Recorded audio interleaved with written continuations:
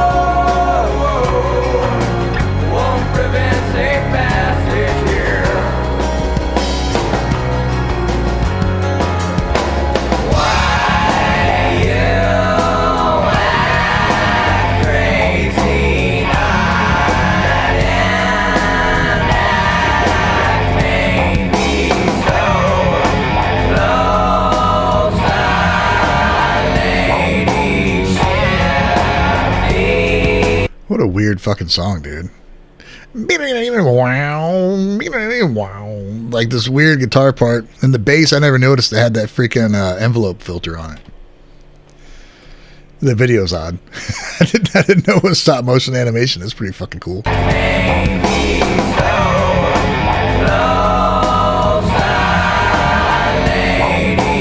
This is a horrible fucking mix too. God, this sounds horrible. Like seriously, it's like all that's weird.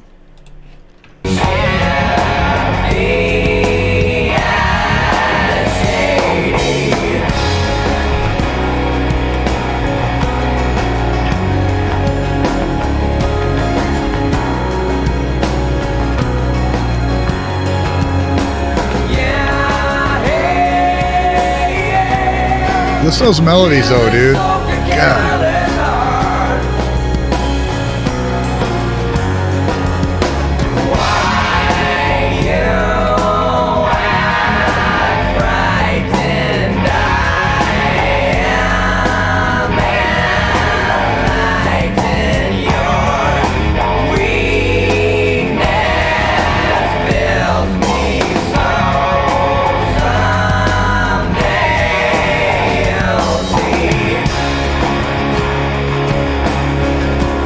Okay, this coming up.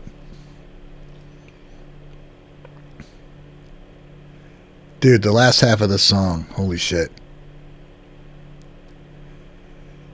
I'm not even going to say anything. Just, there's some people that, yeah. That was coherent.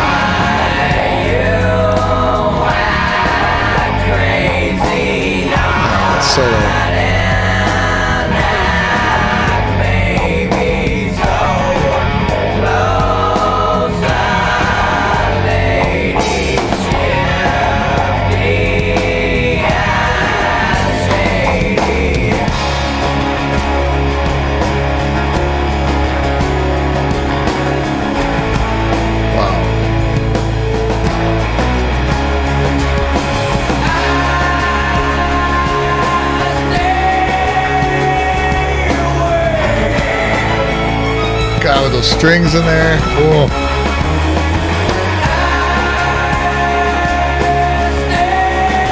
His Lane's voice, man.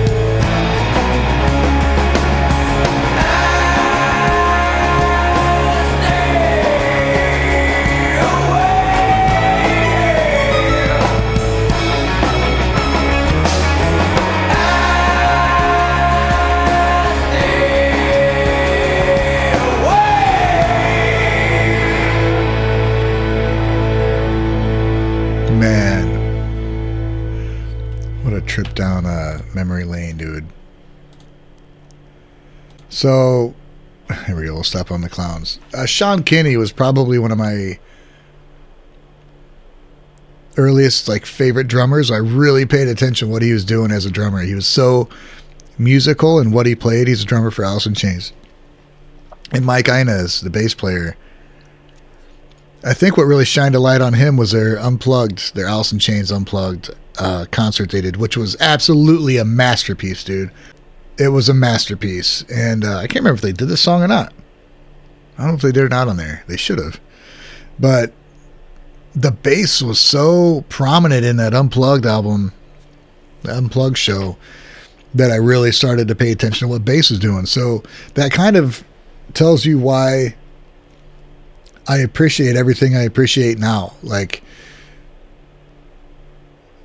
their songs are written so perfectly, and Jerry Cantrell's playing was so in the pocket and served the song so well that nothing was ever over the top and just silly and just showing off. It was never like that. The band had their troubles 100%. I mean, they were barely staying together when they did the Unplugged album. Lane was all fucked up on heroin when they did the show, and it was just a mess. I mean, that's why they're not. That's why he's not around. They're still together. I mean, the rest of the band got along fine. They loved Lane, but he could not stay away from the junk, which, ironically enough, fueled their entire music career. That's what he's talking about most of the time. It ruled his life, and it's sad. But the way they constructed the song and the way the drums were such a part of the music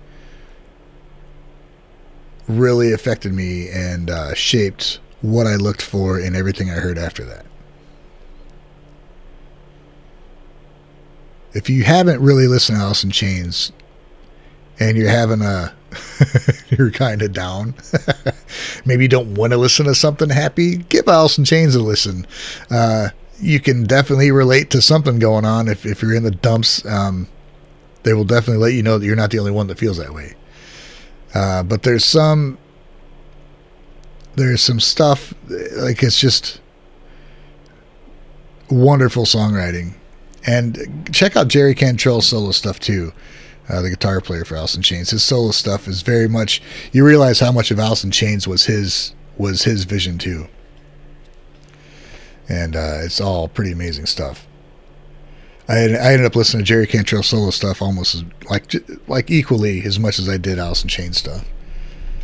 So, pretty amazing, man. Thanks for that, Wino. That was a cool freaking trip down memory lane.